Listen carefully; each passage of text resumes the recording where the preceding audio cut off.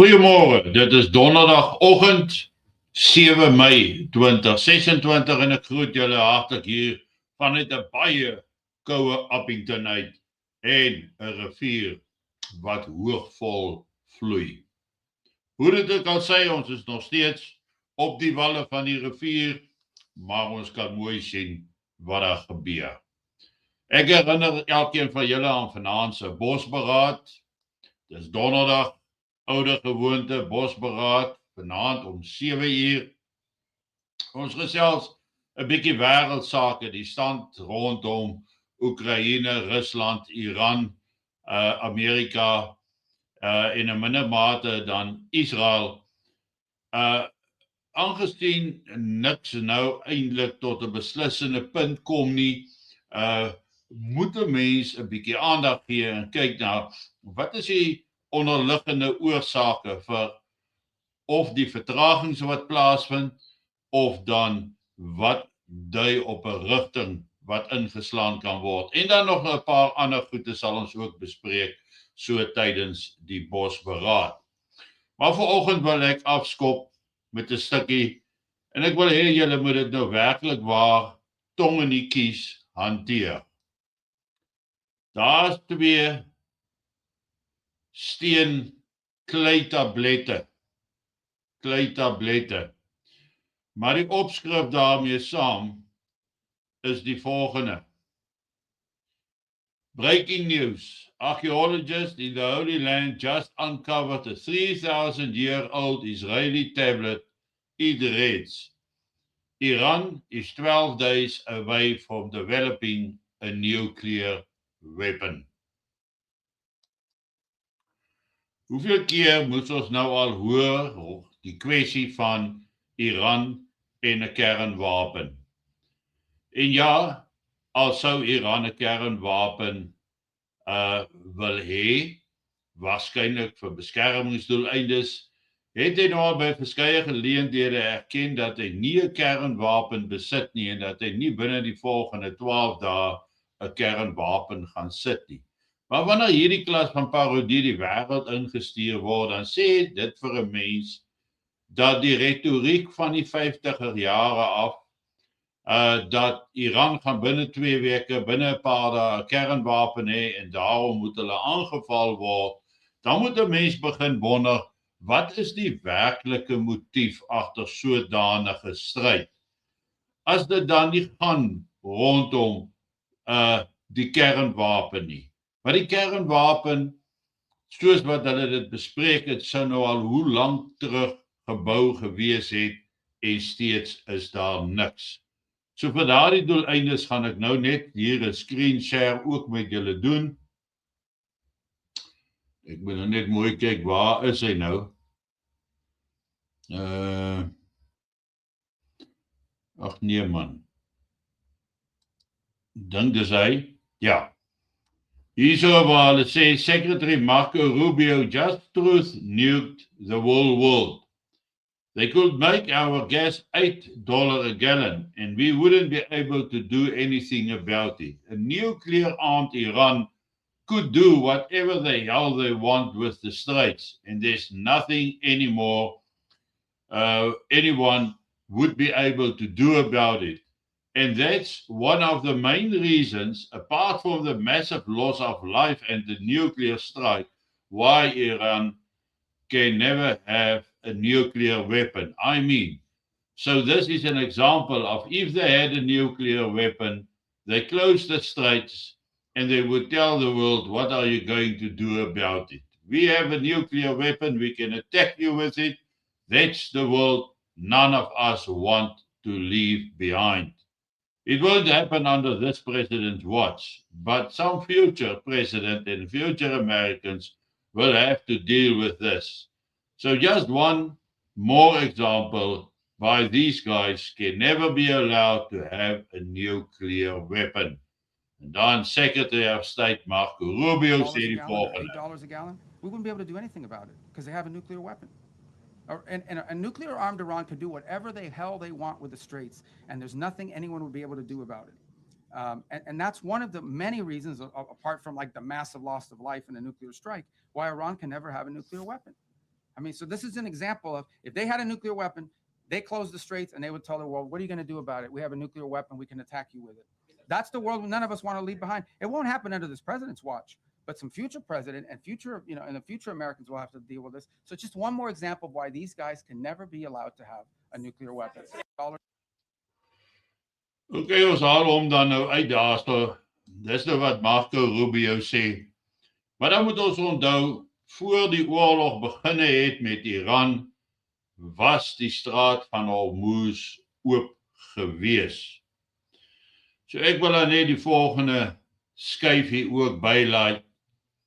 En nou moet julle onthou en sien dit in die agtergrond van dit wat Donald Trump gesê het na daai eerste paar dae van die oorlog, dat Iran se lugmag is vernietig, Iran se vloot is vernietig, hulle missiele is vernietig, alles is vernietig, die vloot lê op die bodem van die see. Moet 'n mens nou vra, hoe is dit dan moontlik as dit gebeur het, dat Iran nog steeds die straat van Hormuz toe het soos tans?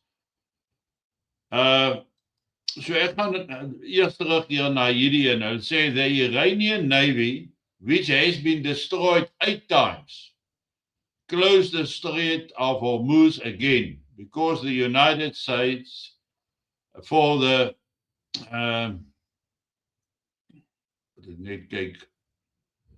Strait of Hormuz that was open before the Not War. So the United States can open the Strait of Hormuz that was open before the Not War. The Not War that started to get the uranium that was completed, obliterated in die eerste aanval verlede jaar, so that the Iranians can build a nuclear bomb that they weren't building for the Not War that the United States started. Then the United States, which has nuclear weapons, threatening to use nuclear weapons to prevent Iran from having nuclear weapons, because having nuclear weapons is dangerous. If the United States saw what the United States is doing in the United States would invade the United States to liberate the United States from the tyranny of the United States. Okay, daai ene het ek al opgehad. Dit gaan op die ou einde van die dag rondom die hele kwessie van die straat van Hormuz was oop. Die aanval het plaasgevind, Iran het die straat van Hormuz toegemaak. Daarna was daar die hele tyd gesprekke oor die straat van Hormuz. Amerika wat sê, hulle is met oorlogskepe daardeur, hulle maak dit oop, skepe kan uitkom. Hierdie naweek was daar 'n vragskip wat raak geskiet was deur Iran. En tog vloei die verkeer nie deur die straat van Hormuz nie. Wat 'n mens die vraag moet vra is die Amerikaanse aksies en operasies daar in die straat van Hormuz, is dit effektief, is dit suksesvol, ja of nee? Nou baie mense gaan nou weer vanoggend vir my hierop aanvat en sê, die Amerikaners vaar heen en weer deur die straat. Die vraag dan, hoekom vaar die vraagskepe en die olietankschepe dan nie deur die straat nie? Die ironie van dit waarna Marco Rubio verwys, ons mag nie toelaat dat Iran 'n kernwapen besit nie, is 'n retoriek so oud soos Israel self en so oud soos Amerika. Want dit is die retoriek wat nog die hele tyd opgaan, dat soos in daai parodie wat ek vir julle gewys het, dat Iran gaan binne die volgende paar dae oor 'n atoomwapen of kernwapen besit en daarom moet hulle aangeval en vernietig word. Wat werklik aan die gang is in die straat van Hormuz weet ek nie.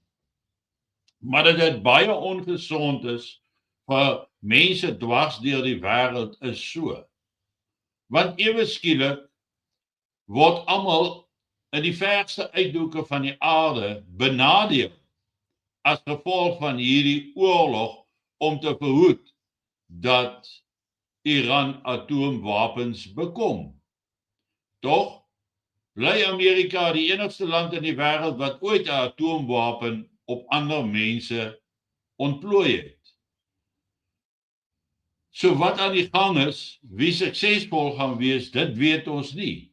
Donald Trump gistermiddag hierdie uitlating gemaak of insiders report both sides are finalizing a memo to permanently end the war. Iran will end its nuclear program and United States will lift all sanctions and release frozen assets.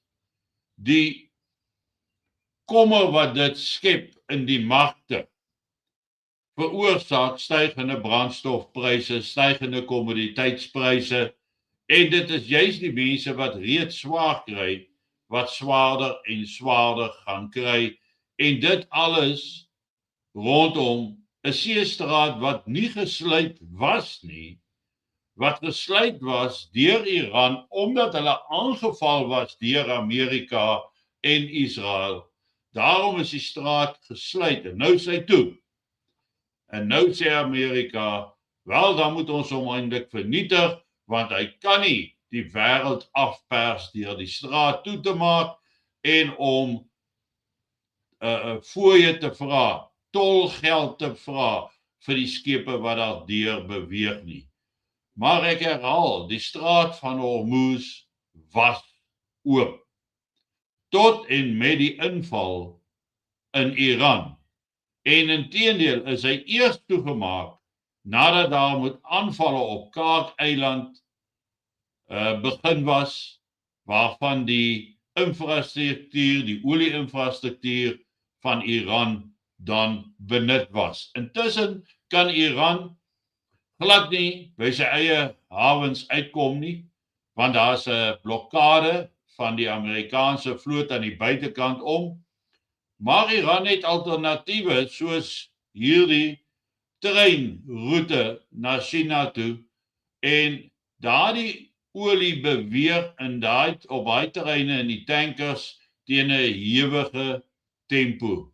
So op hierdie stadium is dit nog steeds net die UAE, Kuwait, Saudi-Arabië en Oman en daardie lande wat werklik ernstig getref raak deur hierdie blokkade en die toemaak van die straat van Hormuz. Daar's 'n klomp goed aan die gang. Baie dinge onduidelik wat ons nie verstaan nie.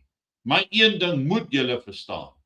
Ongeag wie's reg en wie is verkeerd, ons word beïnvloed deur daardie besluite wat uitgevoer word.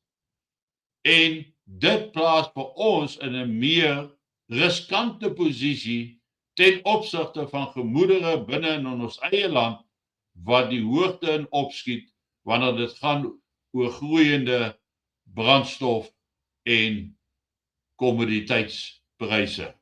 Daarom moet ons elke dag gereed wees, onsself gereed hou vir enige iets wat kan uitspring. Want hoe hoër die spanning loop in die Midde-Ooste, hoe beter die kanse vir geweld in Suid-Afrika. Geniet vanoggend jou kondensmelk koffie en ek is dan môreoggend weer terug by julle. En moenie vergeet om vanaand in te skakel by ons bosberaad wat regstreeks om 7 uur begin.